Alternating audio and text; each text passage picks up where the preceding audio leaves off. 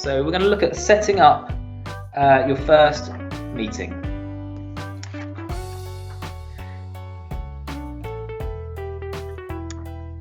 So when you've got your class team in front of you, you can click on the calendar. And in your calendar, you can see all the meetings that have already been scheduled, that have already been set up. So you can see our morning register there for my class. But I'm going to click and select a new meeting. I'm going to give that meeting a title. And just for this example, we're going to call it a class meeting. And then we can add the required attendees. So this is the children that you would add.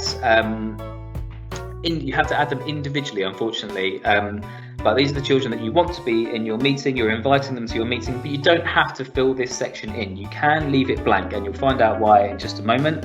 But by doing it this way, all the children's names that you add to the attendee list, you'll be able to see their names come up in a participant list when you have the meeting running, and then you can see the children that you have invited but that haven't joined the call. So it's been really handy just to pick up on the children that maybe regularly aren't attending the meetings, and you can just see that at a quick glance.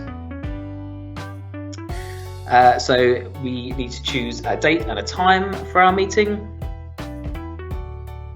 So we can do that, and when you choose a finish time, it doesn't mean that the meeting's suddenly going to end at that time. It will run over, but if you're inviting people to a meeting, especially if you're doing like a staff meeting or something with adults, then good to give them an expectation of how long it's going to go on for.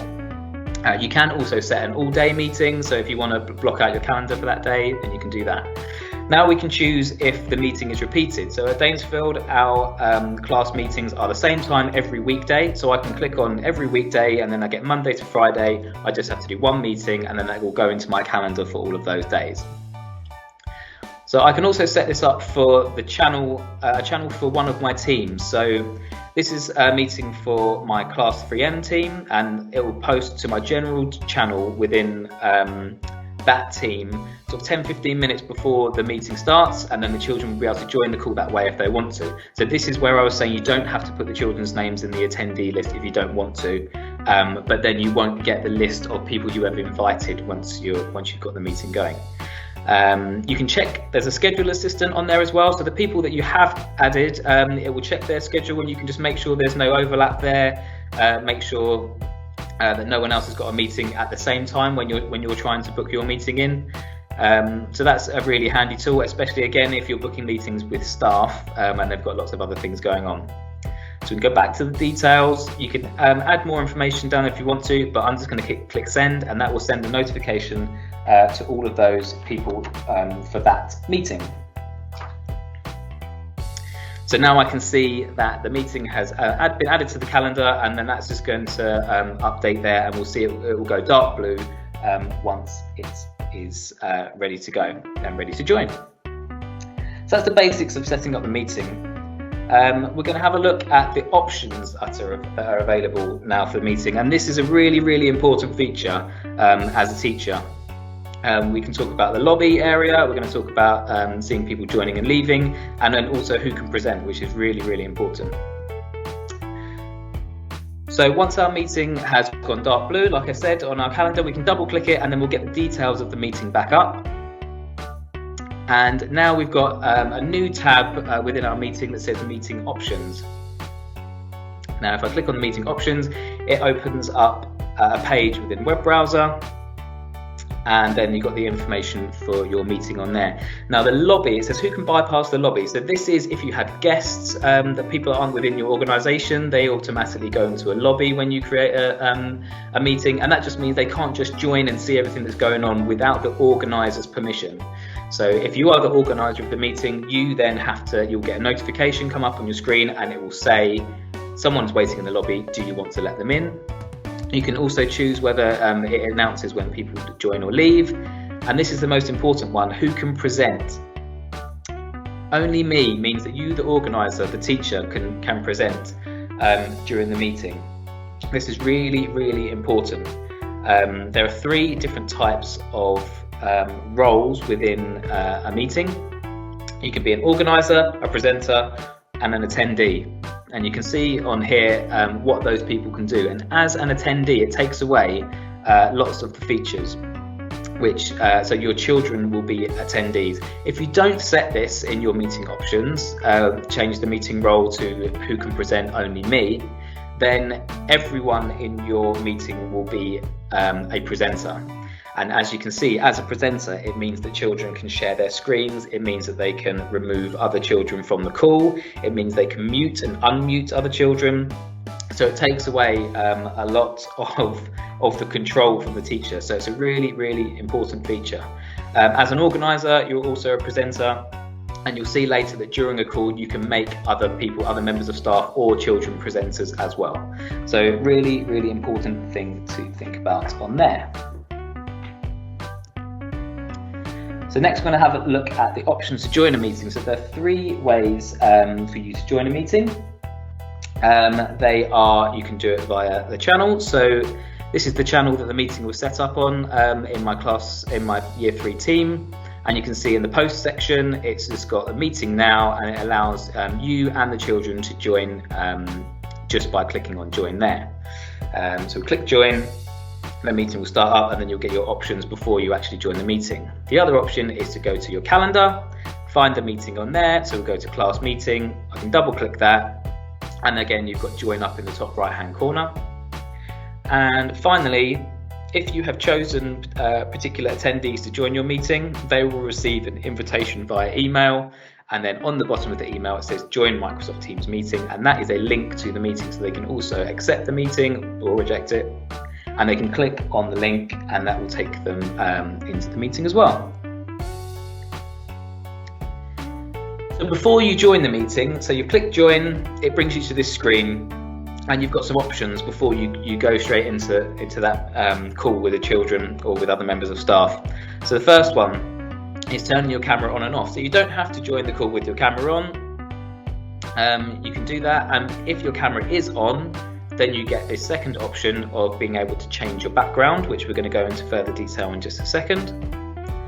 And then you can also mute or unmute your microphone. So quite often when we, as teachers, when we join the calls, the children are way ahead of us, and there's lots of children in there. So we'll join the call, usually muted, and just see what's going on, and allow the children to settle down, unmute microphones, and then ask them to mute their microphones and turn their videos off during the call.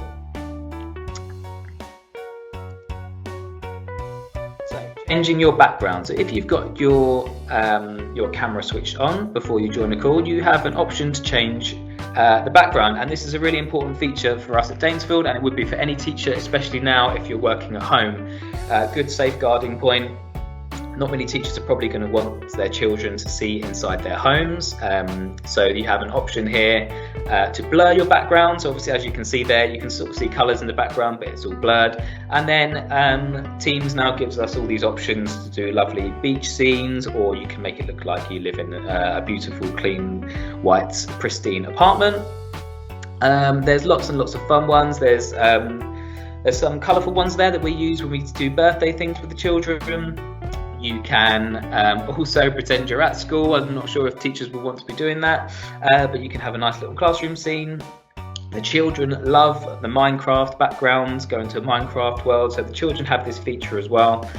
And then finally, there is a way that you can add custom backgrounds. So we've added one with our school logo on it, and then we've got a rainbow one with the school logo on as well, in honour of the NHS. So really, really cool feature, fairly new to Teams. But very, very effective and a great safeguarding tool. So now I've joined the call, I've set my background up, I've chosen if I want my camera on.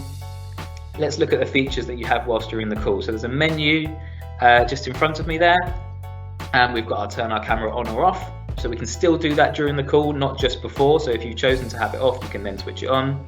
Same with your microphone, you can mute it or unmute it during the call.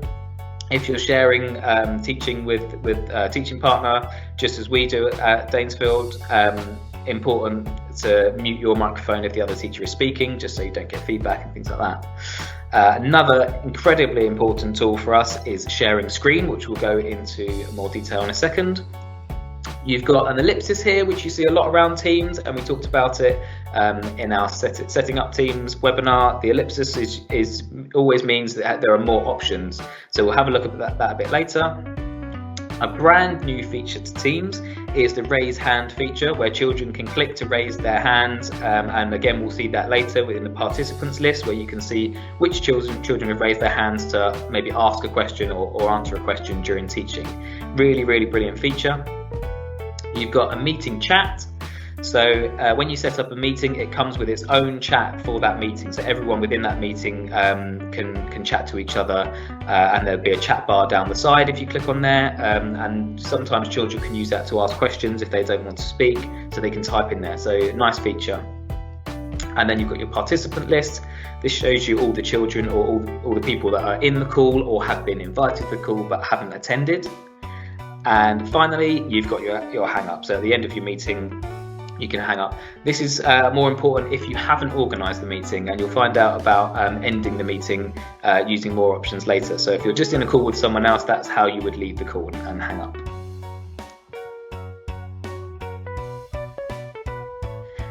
So next I'm going to talk about sharing of screen. Really important feature for us at Danesfield. We use this in every single lesson for live teaching, and you can see from the clips that are playing in the background there. We use it for Microsoft Whiteboard to scribe, so you can see our math lessons. We ask children questions and we're able to then write on our screens, and then all the children can see that, so they can answer questions and we can fill it in as they go. Sharing PowerPoints, also sharing videos with the children. So if part of your teaching in the classroom would normally be for the children to watch a video, you can share that video with the children and share the audio from your computer so that they can hear the sound of the video at the same time. Really handy. The other reason we use it is just to guide the children. So if we've got something we want to show them on Teams, this is where you find your assignment, this is where we want you to save your work, we can just share our screen and we can show them through Teams where they need to access that point. Or even if you're trying to show them something on a website, you can share your screen and they'll be able to see that live as you're doing it. So that is something that we use for all of our lessons. There's lots of different things that teachers do with it. That's the main ones that we're doing at the moment. So next is our participants list. So there's lots and lots of features in here. So when you click on your participants list icon, you get on the right hand side of your screen, you can see our children in the middle. You can see there's 9 children now, also a new feature of Teams in the UK. Was 4, now you get 9 at a time. And then you get your attendees list down the side there, which obviously I've had to blur the children's names. But you can see that I've got circled there, mute all. So as a presenter or organizer, you can click mute all and it will mute all of the attendees' microphones.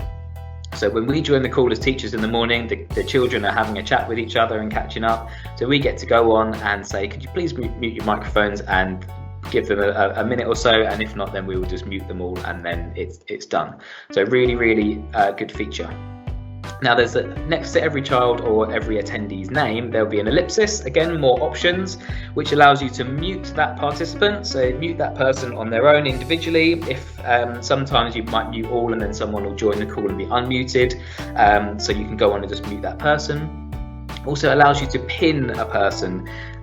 So you can pin, I think it's up to 4 people, and by pinning someone, it means that instead of whoever is speaking comes up on the screen, it means that whoever you have chosen to pin will be shown on your screen. So again, if you've got lots of children and you want to focus on just a few, then you can pin them onto your screen. It also allows you to remove people from the call, for whatever reason that may be, and also allows you to change people's roles within the call or the meeting to a presenter. So there I am with Anthony, who's going to be joining us today. I've clicked on the ellipsis and I would make him a presenter during our call, so then he can also share his screen and mute children. Next one is the hand raise. So we talked about that. So children can raise their hand, and you can see on some of the images that children have got their hands raised. So where their video shots are, you can see that they've got the hand raised. But then obviously we've got 60 children in our call, so we can go onto the attendees list and then we can see who's got their hand raised. If one of us is sharing our screen, then so if I'm sharing my screen, then Anthony would then be saying, this child has got their hand raised to answer the question. So again, a really good tool, and it stops having lots of children shouting out at the same time. Really good. The next one is to download an attendee list. So if you want to register your children, instead of having to go through all of their names, during the call you can click on that down arrow and it will download an Excel spreadsheet showing all the children's names that are on that call, when they joined, and then also when they leave that call. So a good way to keep count of the children that are on, and evidence for registers during remote learning time. It also allows you to invite other people to the call. So if you want to add extra staff, so we've had times where we might want to add senior leadership to a call they wouldn't normally be on, or like a guest presenter, or add other children. So you can do that once the call has started. You can also invite other people to join.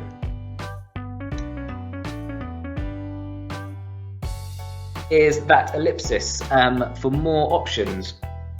So before you during your call, you can click on the ellipsis, and these are the other options you get. And one of them is to start recording the meeting. Now, like I said before, we record all of our meetings as soon as we join the call. We hit record, and this just means that one, you are protected during if you're doing a call with all these children.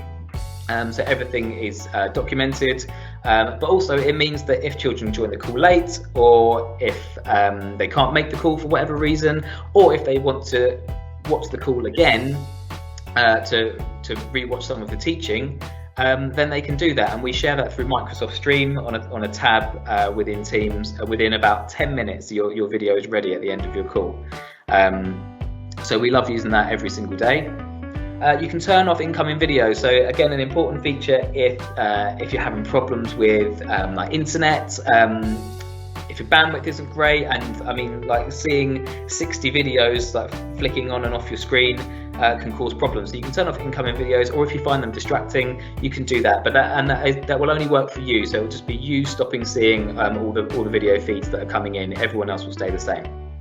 You can also change your background effects. So if you've chosen one before the call, then you can change it during it. Or if you haven't chosen one, then you can add one during the call if you've forgotten to. And then you can add meeting notes when you create your meeting, and then so if you want to show meeting notes, it will go on that right hand side if you've got any bullet points of things you want to talk about in a staff meeting.